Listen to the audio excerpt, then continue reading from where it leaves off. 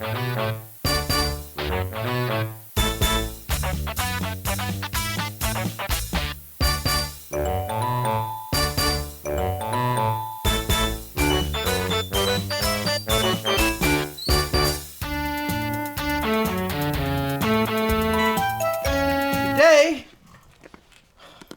you know, I've got to be a smart aleck, so I'm going to play with the goat's boobies. Booby! Alright. Now I'm going to show you a different way of milking. I'm going to be using, for the small timer like me, that you don't really want to hook up a vacuum pump, the UDDERLY EZ milker. But I got, everybody knows I have nerve damage in my left hand. And this right here not only makes it easier for a one-handed person to milk, it also keeps the milk cleaner. So you don't have to filter it. And if you don't know by now, milk is an excellent nutritional food, not only for humans, but also for bacteria. So the first step in making your milk last longer and taste better is being clean. Now I like to use this hand sanitizer with the vitamin E. That also conditions and keeps her titties nice and smooth there. Nice and soft. Y'all women might want to try that too. Just kidding. Alright. So we've got the hand sanitizer on there. Now, if it's a rainy day and there's a bunch of mud, you also want to keep a warm, wet towel to clean the mud off. But she's not been in no mud, so as you can see, I'm sanitizing the nipples. I've got this pail here to show you the old-fashioned way. I chose white so you can actually see the difference.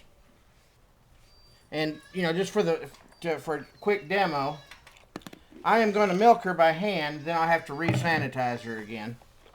Alright.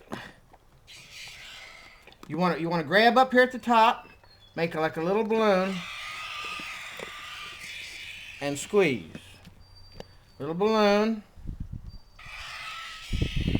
squeeze. And the same way this way. Better look. Pinch it off at the top, makes like a little balloon. Squeeze. Pinch it out. Not hard. All you're doing is cutting that circulation like you'd cut the circulation on a balloon off. Balloon. Squeeze. And this I've already done enough to demonstrate why in the old days pasteurization was so important. I don't know if this camera will pick it up, but there's little floating stuff already in there. I mean, there's stuff floating in there just from, you know, falling off. All right, let me re-sanitize her now and show you the benefits of this other way. Now, you don't have to do it this way, and this little device is overly priced too. It's way overpriced, but you don't have to buy but one.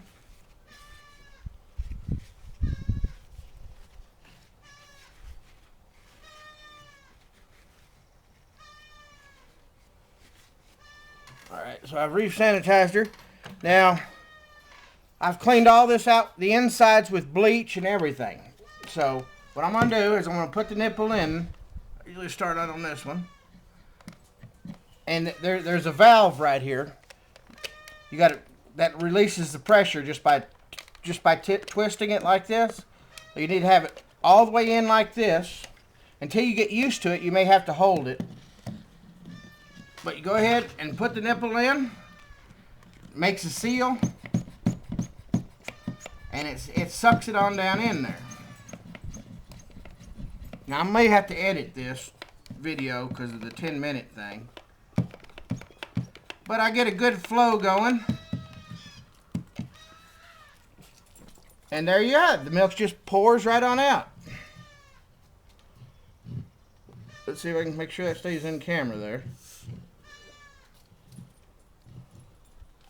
And when it stops flowing, you give it a few more pumps.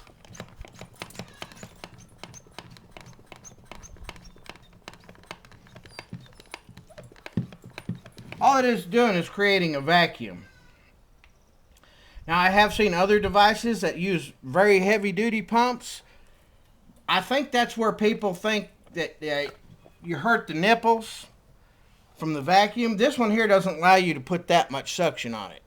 If you put that much suction on it, you're going to tear up the pump. It's fairly rapid. It's not as fast as an electric machine, but if you want to keep your milk extra clean, you know, this is the... Notice there's no air. I can sit there and dribble hair all over the top of it. I can, you know... There's no way that this milk is getting contaminated now. Okay, here we are in my messy kitchen again, or should we call it laboratory. I keep the jars in the freezer, so they're pre-chilled. After I sterilize them and everything, I put the lid on it and put it in the freezer. Alright. Here's the milk. I got it from Mrs. Goat. Now, normally I would use a half a gallon one of these if I was selling them in half-gallon sizes. But for demo purposes, we're going to use the quart jar.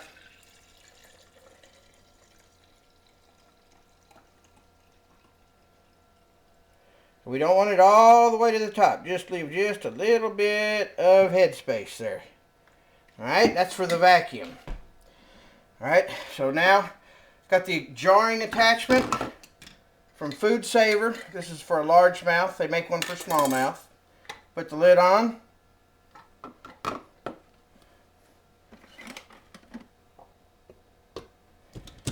Plug in the Food Saver is helpful.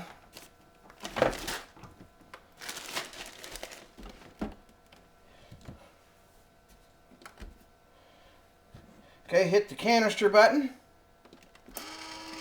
And what I'm going to do is put a vacuum in here. The milk is already slightly warm.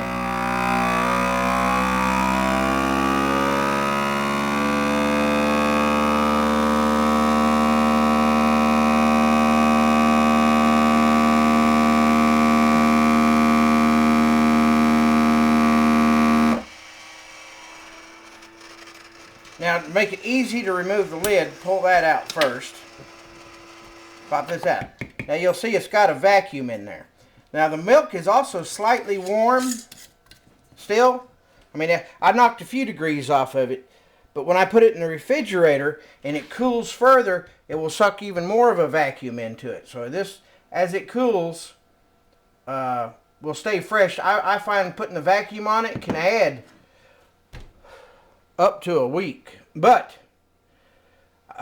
for safety's sake, I'm going to say it adds 2 or 3 days to your raw milk. You got to remember, this is raw milk, unpasteurized. And that's how I process raw milk. And I found it a safe way to do it without pasteurization. So you have all the prebiotics. You know that stuff they put in the yogurt they like to sell, that Activia has probiotics in it. You know why? Because when they pasteurize milk, it takes out the original probiotics, so they have to put it back in. So when you're drinking the raw milk, you're getting all those natural probiotics. Now you got to remember, because it is raw milk, it has to be handled, I guess you'd call it antiseptically. Very clean. Make sure nothing touches it, no contaminants get in the milk, and you're good to go. Pasteurization, the big companies use, is to cover up their sloppy methods of milk handling.